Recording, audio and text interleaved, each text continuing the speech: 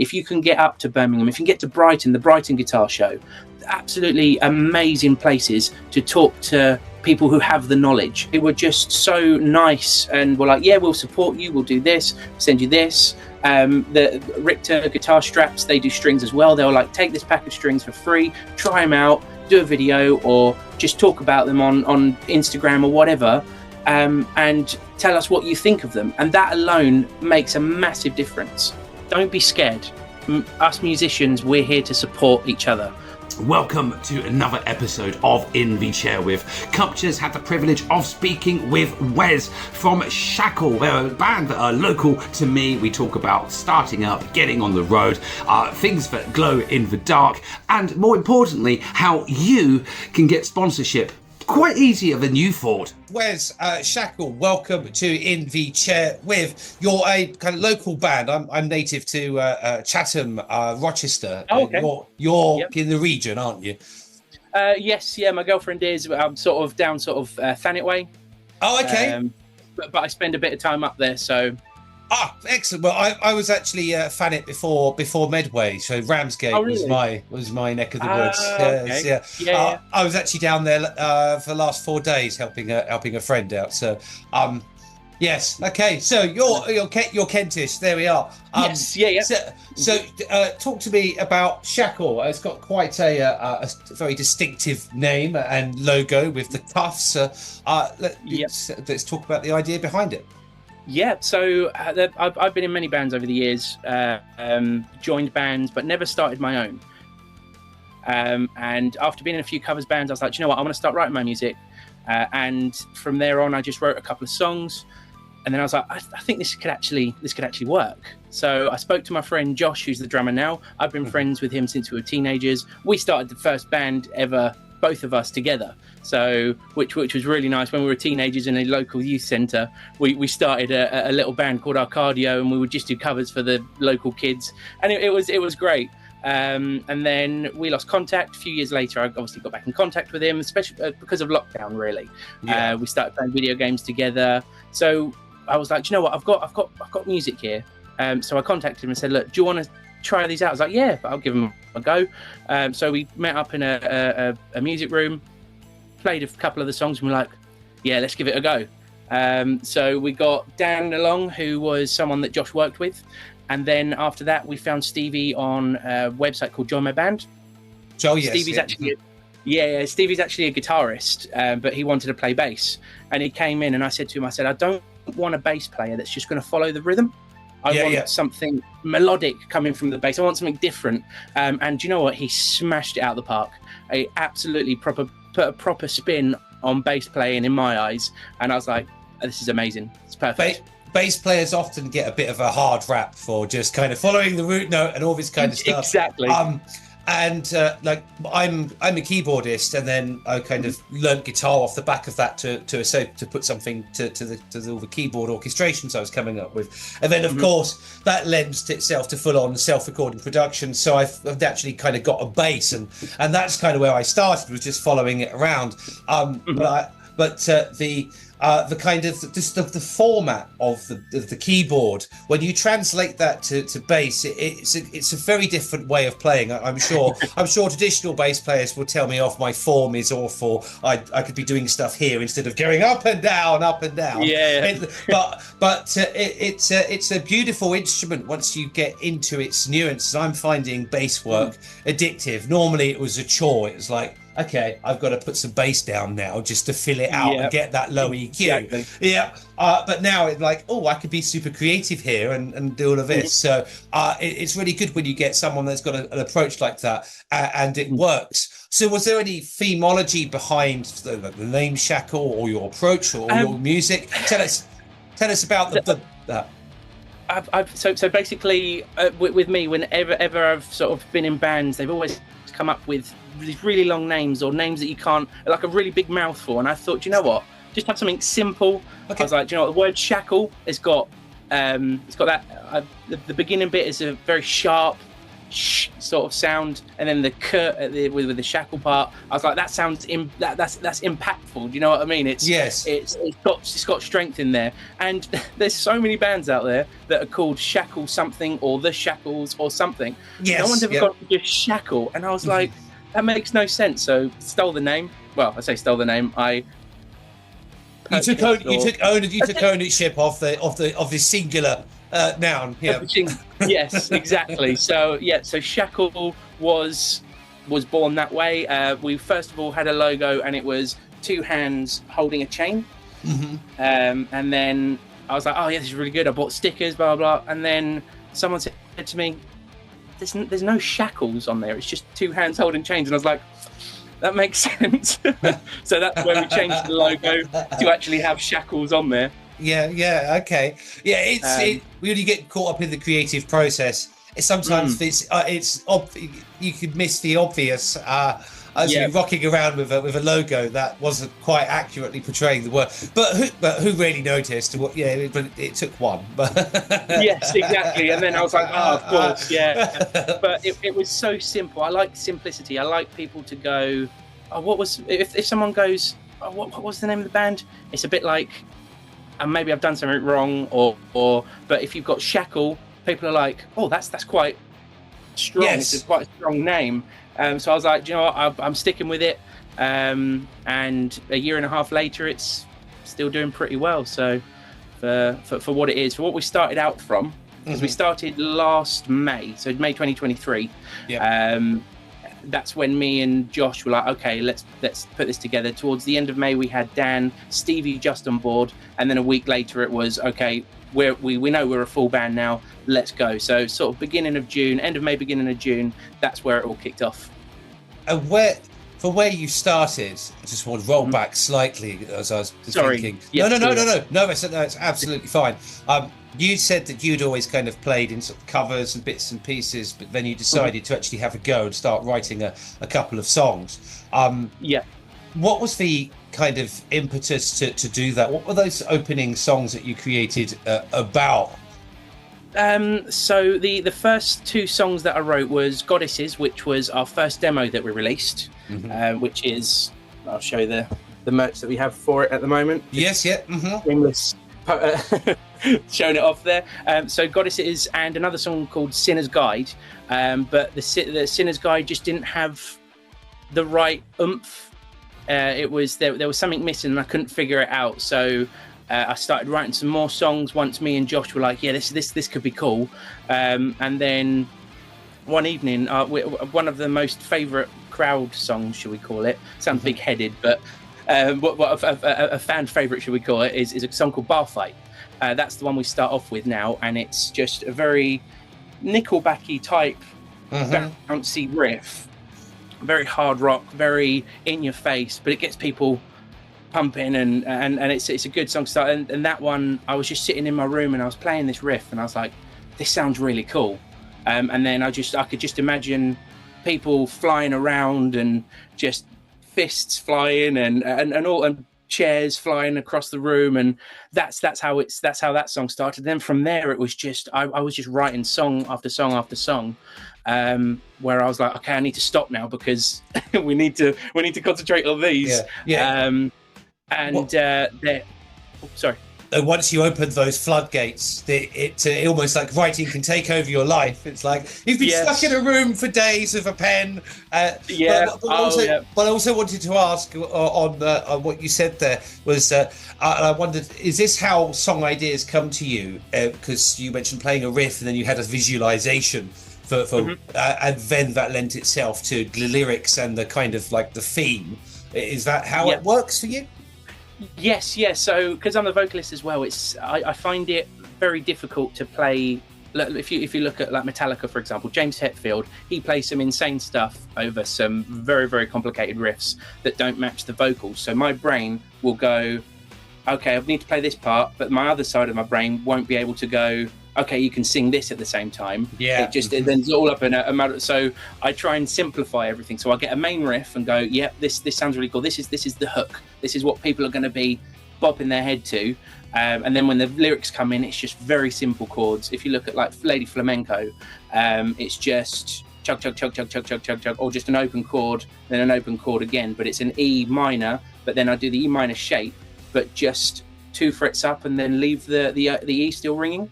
So it's almost like a strange F, like type. an open E type. Yes, yeah, like an OPEF chord or something like this. Yeah, exactly, yeah. Something dissonant but sounds amazing. This is the trick. I mean, I wouldn't class myself as a vocalist. My background was instrumental, but you know, that's a niche within a niche, especially in the kind of sort of brutal kind of death metal / kind of gothic Cradle of Filth-esque major.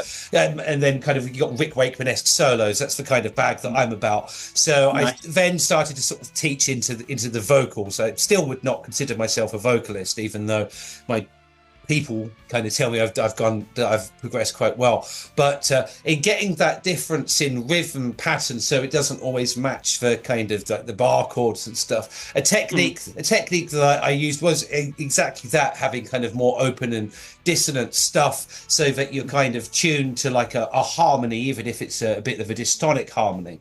And then it's just like adding a third here or there or whatever. Simple hammer on, hammer offs, and that kind of starts to increase the fluidity of you being able to do these two very different things at the same time. I mean, it's probably I'm somewhere down here on the vocal experience chain, giving advice to someone that's probably up here, but that's the way I've approached it, and that may well be helpful. So in terms of imagery, let's talk about the single Lady Flamenco, because it seems a bit of a peculiar from the outside, having when you haven't listened yet, kind of imagery and choice of name. What's the story behind that? So funny thing is, I'll show you now. So I got a tattoo today. Oh, congratulations! Yes, thank you very much. I'm going to try and see if I can get it in the. I can't twist my arm like that, unfortunately. That's fine. That'll be better. Oh yeah, there you go. Yeah, indeed, very nice. And so basically, I lived in Spain for 8 years. Oh, muy bueno. Yeah. Muy bien, muy bien.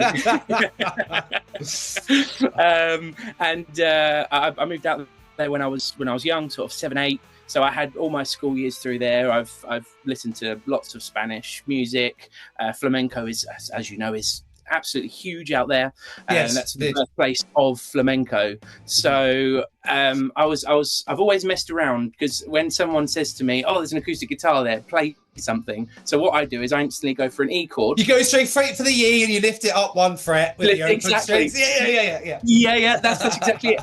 And one day I was like, "Oh, I've got this."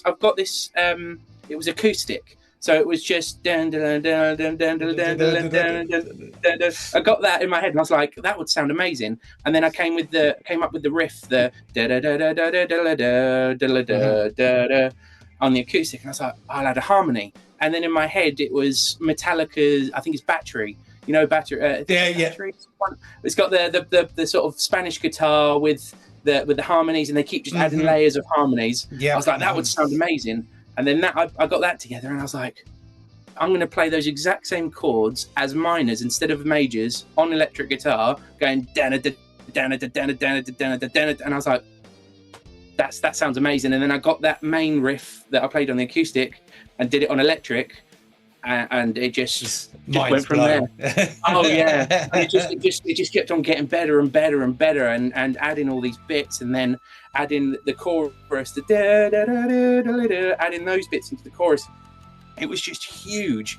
And I remember the first time as a band we played it all together, and we got through it all the way through, and I was just like, this is I can't explain it other than, I know it sounds again very big-headed, but I hate my own music, by the way, but this just blew my mind. I think that's actually quite a common thing from a composer's standpoint. I go through huge periods of absolute loathing anything I've ever done, and then perhaps if something gets really historic, I can kind of look at it a bit kinder. But at the same time, I'm so wrapped up in what I'm doing now and how kind of good it is until the moment it's released, and then I fucking hate it. I'm like, that should have been done like that. I could have spent more time on that. I think that's something that's quite natural, and but I also think that it comes from a place that propels you to carry on creating, because if you were satisfied with your final product each and every time, there'd be nothing, there'd be no impetus to create something new, perhaps. I don't know if you can. I completely agree. It's because you can get fixated on something and go, this is absolutely amazing, but that's what happens if you fixate on just one thing. You'll end up with just like a one-hit wonder type thing, and then everything else you do, you go, oh, it doesn't compare to that, it doesn't compare to that. So you just lack, I think you just lack that, what's the word I'm looking for? The inspiration. Yeah. Because you're like, this is great. But with me at the moment, I will admit I do have writer's block. So I'm a bit, but we've got enough songs to throw out there and people are still enjoying them, which is good.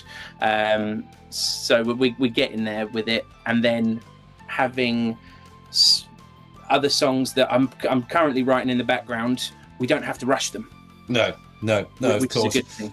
And you're very busy doing kind of lots of gigs and stuff. You've done a whole bunch around Medway that I became aware of. I did intend to come down to the 17th, but life and indeed. But I'm seeing you on the 24th at Poco Loco. I've got no excuse for not turning up that one, because it's literally my road, hill, down a road there. It's literally it's a straight line. I'll even be able to walk home after I've consumed alcohol there. So it's just a straight line. I lost where I was with the friend. Yes, you've been very busy. Kind of going out and playing. I'm assuming everything's kind of been well received. But the kind of journey from coming out of kind of sort of local band into kind of writing your own stuff, forming this band, getting it laid down and right and honed for performance, and of course holding down the day jobs, because obviously this is not profitable work we're doing here. Yes. On the on the side.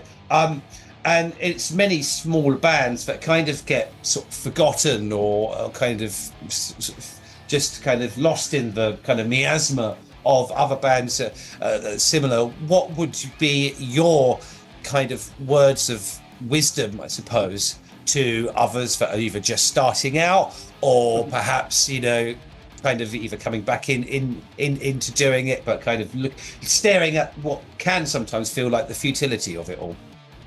Obviously, the cliche thing that everyone says is, oh, don't give up, keep on moving forward. That is true, but also don't be scared. Us musicians, we're here to support each other. So if you've got any doubts, go to shows, go to gigs, talk to these people that you see up on stage, these local bands, because they have experience. So talk to them, show them that you're interested in your craft. You want to better yourself. Go out there, talk to people. Another thing as well that a lot of bands don't seem to do nowadays, and I find it quite strange, but if you're a local band, look at the guitar shows around the country. There's one in Birmingham, which is huge. And just that one show alone, I've learned so much, networked, met so many people.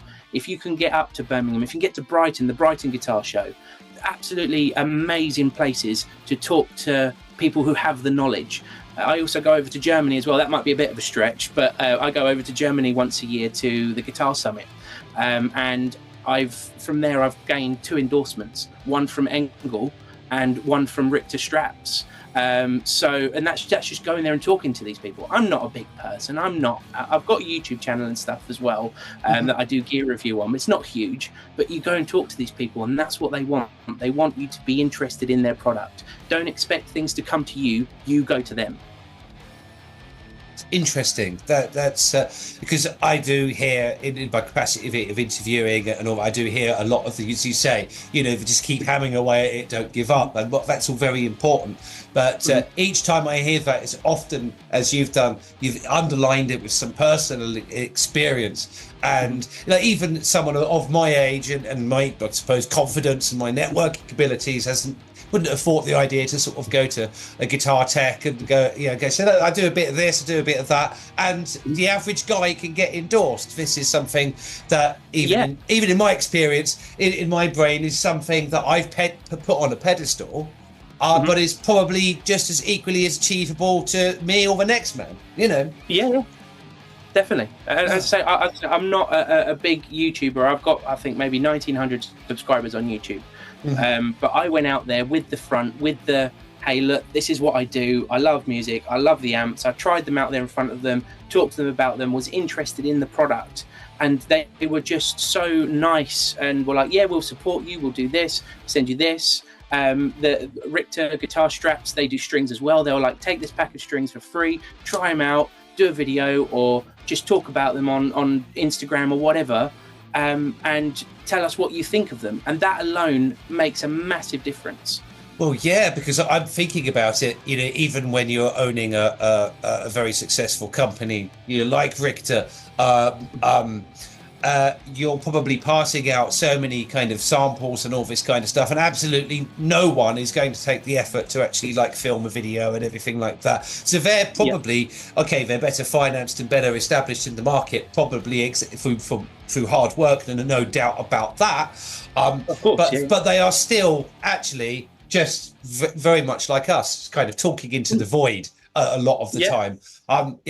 It's we forget how similar we are and how we like to kind of separate ourselves into hierarchies and layers that only really exist in our own minds. So kudos to you for working that one out and sharing that with us. And as I say, every interview I learn something new, which goes to prove the point. Talking is beneficial.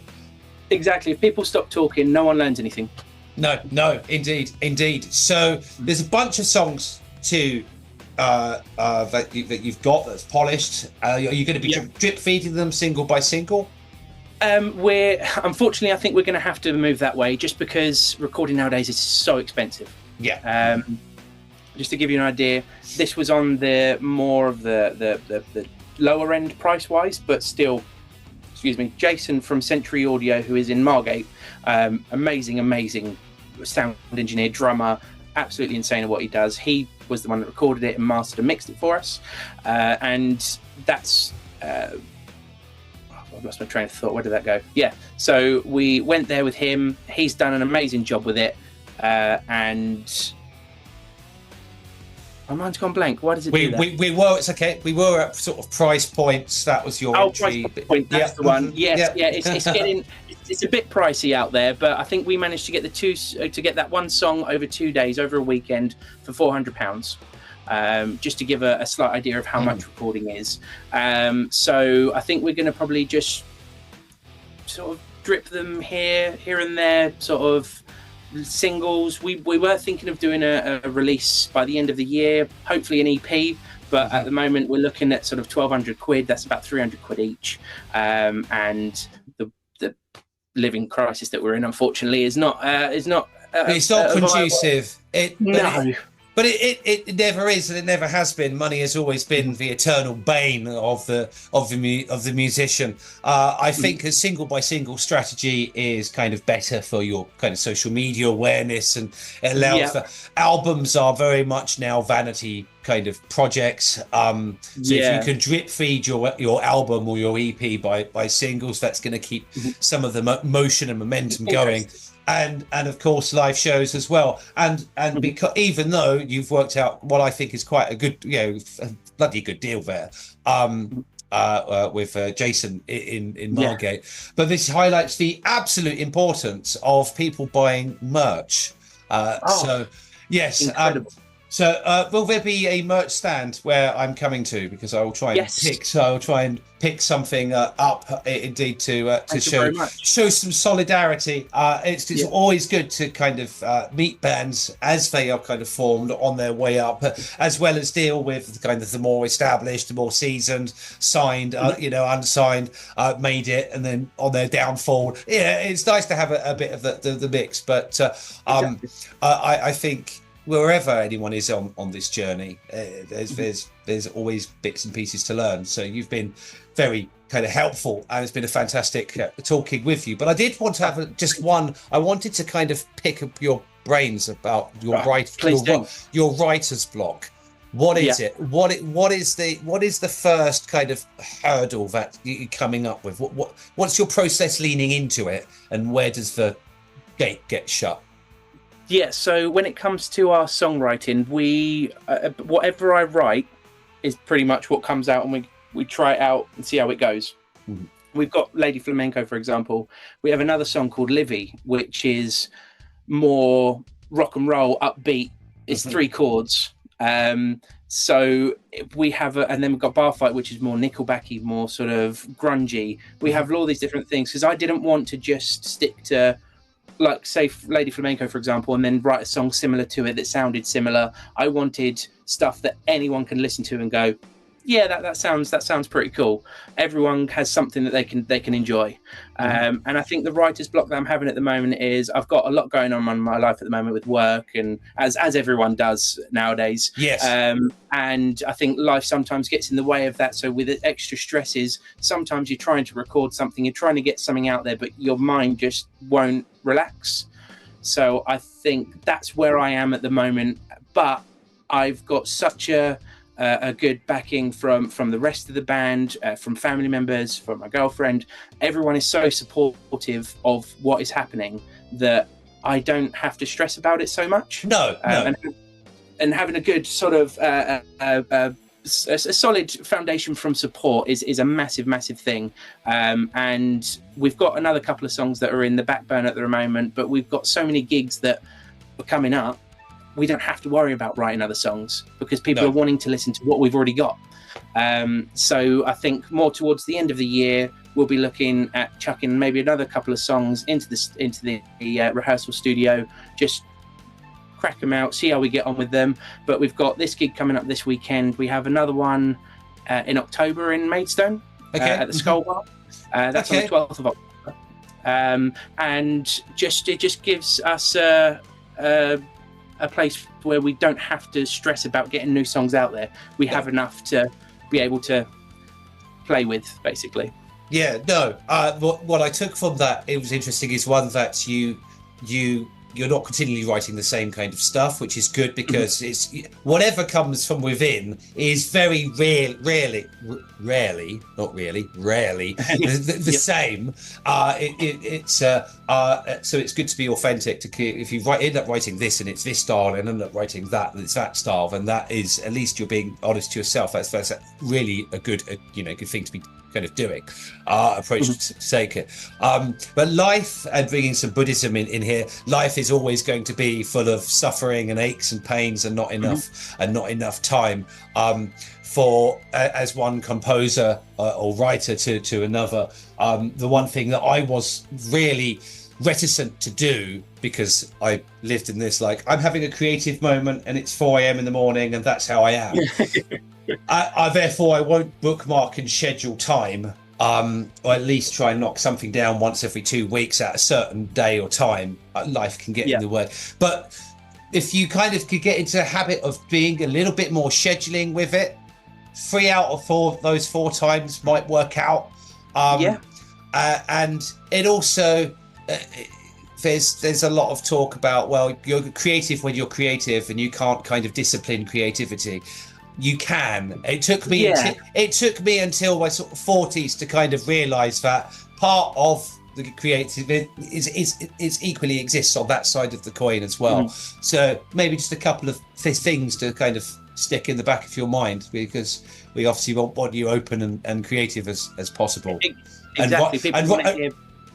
Oh, sorry. That's okay. And writer's block is an absolute shit. I hate it. It is. People want to hear authentic. They don't want to hear rushed. They don't want to hear stuff that is just thrown out there just because.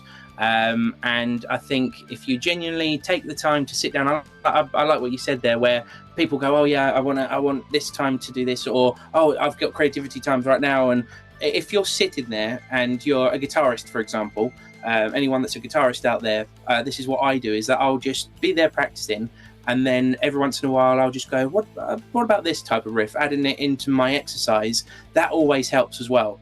There's a song that we've got called El Pistolero, which is the gunman in Spanish. And it's a very rockabilly, bouncy type riff. You'll hear it on Saturday. It's the second song that we play. And it's very bouncy, but it's actually part of an exercise. In a drop D or drop D sharp drop C sharp that we play it in is a very how do I say this, sort of an exercise that I do, and I was like, okay, because I accidentally missed a note, and so just by practicing alone, even if it's 10 minutes a day, you need the practice. 10 minutes a day is vital, but sometimes just by accidentally having something like that, you go, get your phone, press it, do a book, I'll change it around, and that's all you need. All you need is a phone that can record or something that can record, and just keep playing. And if something happens, press that record button and play it. That is some advice that I can give as well. Yeah, I echo that advice. I always have something nearby that can capture it. I've taken sometimes to sort of record video sessions because I'm very bad at writing things down. I lost the ability to sight read music, and I keep promising I'm going to relearn that side of things, but still not as disciplined as I should be. But definitely a quick video of the phone. And of course you need to practice it, because there's nothing worse than, as is what's happened with me, is I've taken a big break from doing anything because of work, because of that project, because of this and that, and then you come up with something but you can't play it because you're just so like everything's atrophied. That is the worst. You're like hammering away at this guitar and I'm like, I know I want this, I know I can do it. And I know exactly what you mean. You wake up in the morning like Nosferatu, you know. So playing it over and over and over and over again. Definitely no. Dear. Okay, cool. So I'm going to see you at Poco Loco in Chatham on the 24th, and I'm going to pick myself up a t-shirt and have a good fun time of it. To the viewers watching this, check out Shackle. Go and save their Spotify, and I'll leave all kind of links. You said you run a YouTube channel that's dedicated on equipment. Leave that link, send that link to me. I'll get that posted below, and let's see if we can't sort of grow a bit of a community together. Thank you very much for coming on. No, thank you so much for taking your time to interview us. And again, to the viewers, I hope anything that I've said today is helpful at all to you in your music career or anything like that at all. As long as one person's got something out of it, that's good for me. That's it. That's all that counts. Excellent. Thank you very much. No worries. Thank you very much, Ben. Take care. You too.